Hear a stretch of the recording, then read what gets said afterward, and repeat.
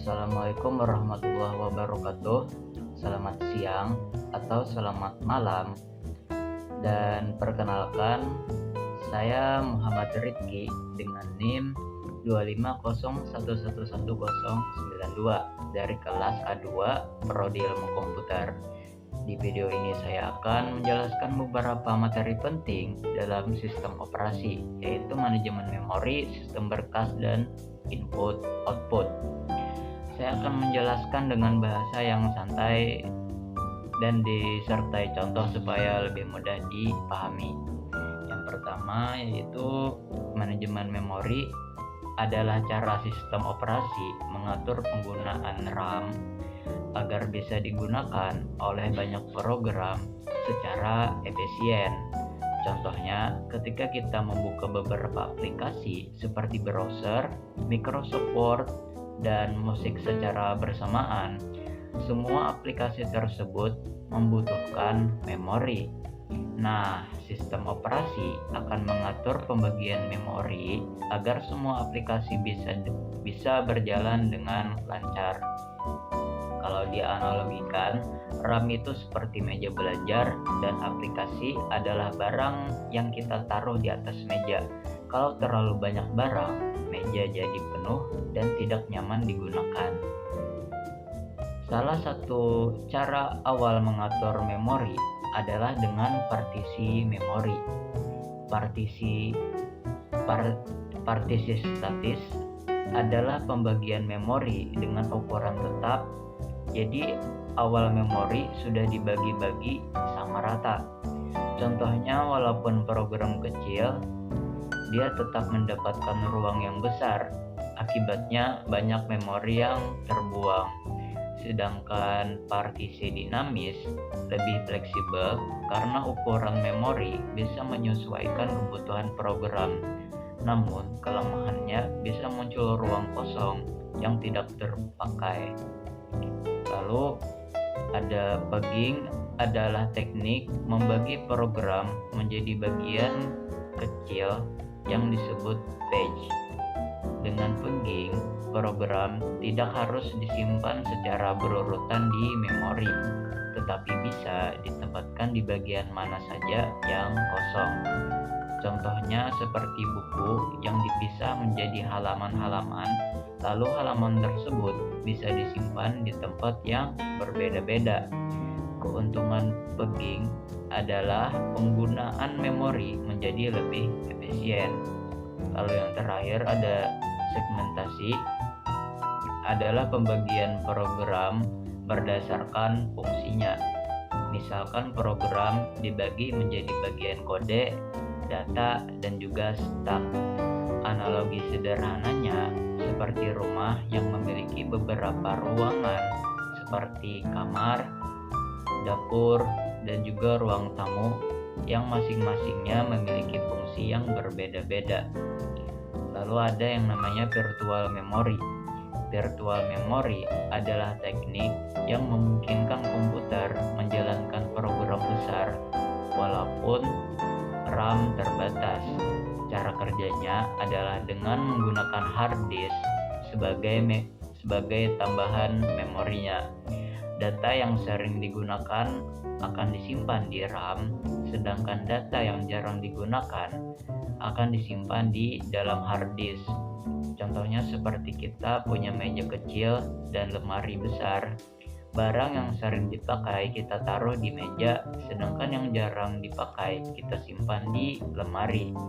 Kelemahan dari virtual memory ini adalah karena hard disk lebih lambat dari RAM, komputer bisa menjadi lebih lambat jika terlalu sering memindahkan data. Lalu kita masuk ke materi kedua, yaitu sistem berkas.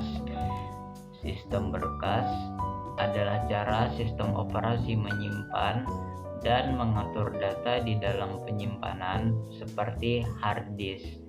Contohnya yaitu adalah file dokumen, foto, dan video yang kita simpan di komputer. Sistem berkas juga mengatur folder agar file lebih rapi dan mudah untuk dicari. Analogi sederhananya seperti lemari arsip yang berisi map dan dokumen. Dengan adanya sistem berkas, kita bisa menyimpan, mencari, dan mengelola file dengan mudah. Lalu yang ketiga adalah input-output. Input-output adalah cara komputer berkomunikasi dengan CPU. Oke, kita akan masuk ke materi yang ketiga, yaitu input-output. Input-output adalah cara komputer berkomunikasi dengan CPU. Input adalah data yang masuk ke komputer seperti keyboard dan mouse, dan output adalah data yang keluar dari komputer seperti tampilan di layar atau hasil print yang berasal dari hasil komunikasi input ke CPU. Dalam proses input-output ada beberapa teknik yang digunakan. Yang pertama yaitu programmed input-output. Programmed input-output adalah metode di mana CPU terus-menerus mengecek apakah perangkatnya sudah siap.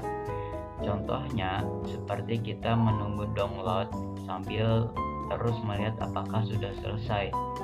Analogi sederhananya seperti kita menunggu makanan sambil terus bertanya ke kafe. Seperti kita terus bertanya ke chef. Metode ini kurang efisien karena CPU menjadi sibuk sendiri dan tidak bisa mengerjakan tugas yang lain. Lalu ada interrupt input-output. Adalah metode di mana perangkat akan memberi sinyal ke CPU ketika sudah siap. Jadi CPU tidak perlu menunggu terus dan bisa mengerjakan tugas lain. Contohnya seperti notifikasi ketika download sudah selesai. Analogi sederhananya seperti kita duduk santai lalu dipanggil saat makanan sudah siap. Jadi kita masih bisa mengerjakan tugas yang lain. Lalu ada Direct Memory Access atau DMA, yaitu metode di mana perangkat dapat langsung mengirim data ke memori tanpa harus melalui CPU secara terus-menerus. Contohnya saat kita memindahkan file besar seperti video atau game. Analogi sederhananya seperti pelayan yang langsung mengantarkan makanan ke meja kita, jadi tanpa harus melalui hal lain gitu. Metode ini adalah metode yang paling efisien. Lalu ada yang namanya kondisi blocked. Saat proses input-output berlangsung, program biasanya akan berhenti sementara. Kondisi ini disebut blocked atau block lah katanya gitu.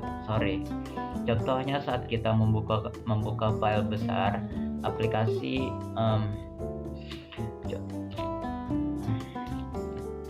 Contohnya saat kita membuka file besar dan aplikasi terasa berhenti sebentar karena sedang menunggu prosesnya selesai. Kesimpulannya, dari penjelasan tadi dapat kita simpulkan bahwa manajemen memori berfungsi untuk mengatur penggunaan RAM. Lalu ada sistem berkas. Sistem berkas digunakan untuk mengatur penyimpanan data, dan input-output adalah cara komputer berkomunikasi dengan CPU. Ketiga hal ini sangat penting agar komputer dapat bekerja dengan efisien. Saya mohon maaf jika ada kesalahan dalam penjelasan saya ataupun kata-kata saya yang mungkin kurang bisa dipahami. Saya mohon maaf sebesar-besarnya. Terima kasih sudah menonton. Akhirul kalam, wassalamualaikum warahmatullahi wabarakatuh.